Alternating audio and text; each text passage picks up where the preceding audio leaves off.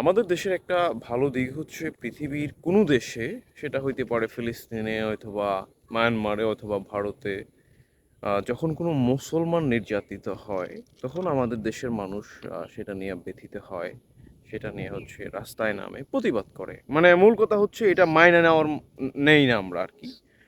কিন্তু একটা দুঃখজনক বাস্তবতা এবং হচ্ছে একটা করুণ বাস্তবতা হচ্ছে এরকম, যখন আমাদের দেশেই কোনো হিন্দু ভাই নির্যাতিত হয়, এই দেশেরই মানুষে নির্যাতিত হয়, অন্যায়ের শিকার হয়, তখন আমাদের দেশের যারা সাধারণ মানুষ তারা আমরা মনে করি যে এটা কোনো ঘটনাই না।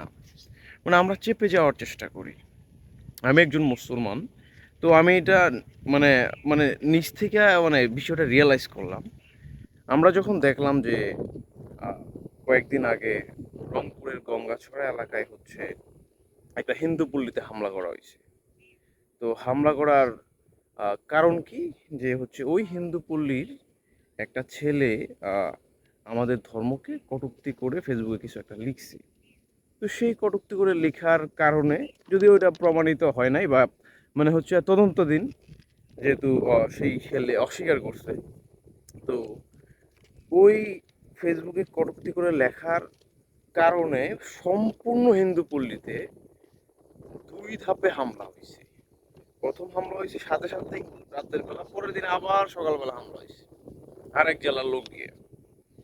তো এইরকম ঘটনা যে ঘটলো, যে ঘটনা ঘটাইছে সে যদি মানে যদি প্রমাণিত হয় অপরাধ করে থাকে, তাহলে সে তো অবশ্যই অপরাধ করছে, অপরাধের শাস্তি তার প্রাপ্য। কারণ কেউ কোনো ধর্মের ছোট করে কথা বলা উচিত না। সে কেন আমার ধর্মের ছোট করে কথা বলবে, আমিও কেন তার ধর্মের ছোট করে কথা বলবো? যে যেহেতু বলছে, এটা যদি প্রমাণিত হয় তাহলে তার বিচারের আওতায় আনা উচিত। কিন্তু তার অপরাধের কারণে কিভাবে সম্পূর্ণ একটা হিন্দু পল্লী, একটা হিন্দু পাড়ার সবার উপর হামলা করা হইতে পারে, যে কিনা জানেও না যে তার অপরাধ কি? তার অপরাধ কি হিন্দু হওয়া তার অপরাধ হইতে পারে, বা তো বাংলাদেশে হিন্দু হওয়া কি তার অপরাধ হইতে পারে? কখনোই না।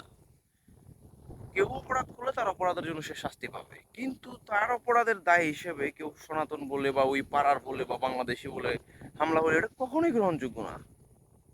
তো এই ঘটনাগুলো বাংলাদেশে ঘটে, এবং এর 1 মাস আগে সম্ভবত লালমনিরহাটে একটা ঘটনা ঘটছে, যে হচ্ছে নাপিত এবং পিতা বাবারে এবং ছেলের হচ্ছে সাধারণ তৌহিদি জনতা হচ্ছে পিটাইছে। কারণ কি? কারণ হচ্ছে যে যে নাপিত নাপিত লোকের বয়স হচ্ছে প্রায় 70 বছর। তো মানে ওই লোক নাকি হচ্ছে গিয়া আমাদের ধর্মকে কটূক্তি করছে, এই জন্য তারে হচ্ছে গিয়া জনসমক্ষে দোকান থেকে বের করে পিটানো হয়েছে, তার ছেলেরা পিটানো হয়েছে, দোকান ভাঙচুর হয়েছে, লুটপাট হয়েছে। ওরা আমি একটু গাড়াগাড়ি করে দেখলাম যে এখানে ঘটনা অন্য কিছু। এখানে হচ্ছে গিয়া যে নাপিত সে চুল কাটার পরে টাকা নিয়ে হচ্ছে মানে যেই ন্যায্য টাকা সেটা থেকে হচ্ছে যে চুল কাটছে, সে বলছে একটু কম দিবে, টাকা 10 টাকা কম দিবে। তো যে টাকা কাটছে সে বলছে না, আমার ন্যায্য টাকা দিতে হবে। তো এটা নিয়ে কথা কাটাকাটি হয়েছে, যে যে চুল কাটছে যুবক ছিল, সে বলে গেছে যে আমি আপনারে তোমার দেখে নেবো, দাঁড়াও। তো একদিন পর সে হচ্ছে লোকবল নিয়ে আসছে, লোকবল নিয়ে এসে হচ্ছে হামলা করছে তার দোকানে, দোকানপাট ভাঙচুর করছে। তো ওইখানে যে লোকবল আনছে তাদেরকে জানাইছে সে যে না, সে তো আমাদের ধর্মরে ছোট করে কথা বলছে, মানে এরকম কোনো একটা ইস্যু সে বানায়া হচ্ছে সবাই উস্কানি দিয়ে নিয়ে আসছে, আইসা হামলা করছে। তো মানুষও কতটুকু হচ্ছে মানে বাজ বিচারহীন। তারপর ওইটাও ওই যে যারা মামলাতে বাদী হয়েছে এক হুজুর, তারা জিজ্ঞেস করা হয়েছে, সাংবাদিকরা জিজ্ঞেস করছে যে আপনি হচ্ছে নিজের চোখে দেখছেন কিনা। সে বলছে আমি তো নিজ চোখে দেখিনি, আমি শুনছি। আবার যারা সাক্ষী, প্রধান সাক্ষী, দ্বিতীয় সাক্ষী, তৃতীয় সাক্ষী, তারা বলতেছে আমরা নিজস্ব চোখে দেখিনি, আমরা শুনছি মুখের কাছ থেকে যে সে এরকম কথা বলছে। তো এই হচ্ছে মানে অভিযোগের সত্যতা, অভিযোগের অবস্থা।